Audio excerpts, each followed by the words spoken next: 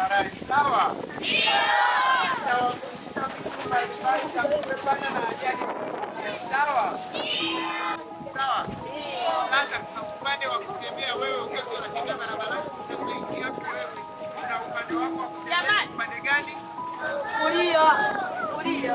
Unapata pili tunakuja na unaenda kwa kutembea upande gani?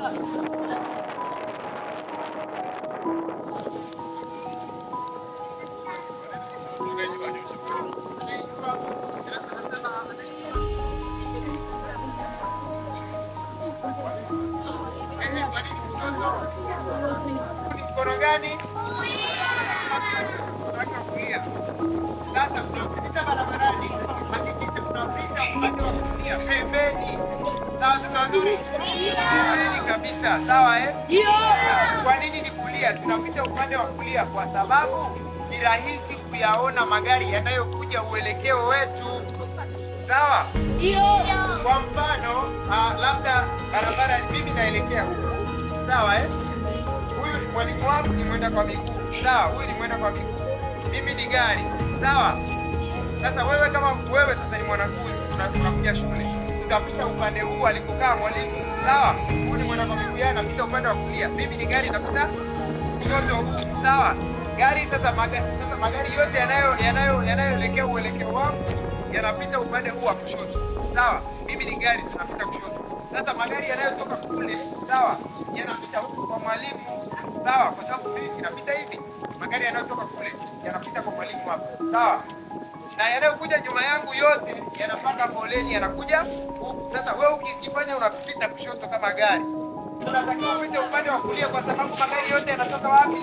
Haya ya huko hayawezi kukugusa kwa sababu yako mbali na wewe, yanapita hivi. Sawa? Na wewe unaelekea hivi, hauoni huko nyuma. Magari yako yote yanatoka huko.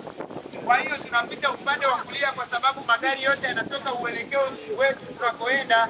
Sawa Ndio. Ya kwepa. Hatupiti upande wa kushoto kwa sababu hatuwezi kuyaona magari yanakuja wapi. Tunatembea upande gani kwa barabara? Sababu gani?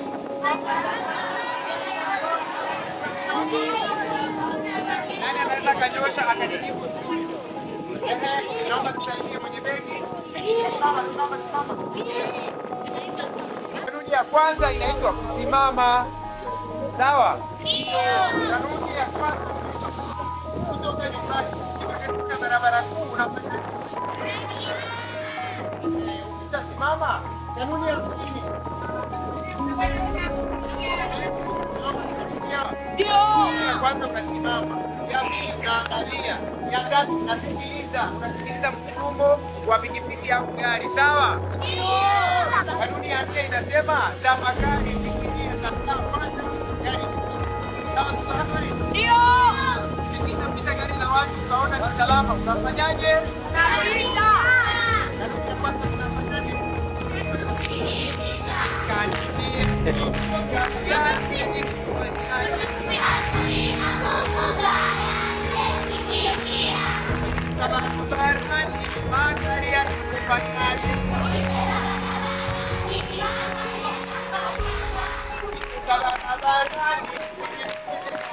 Jamani, tujipatie. Acha twende.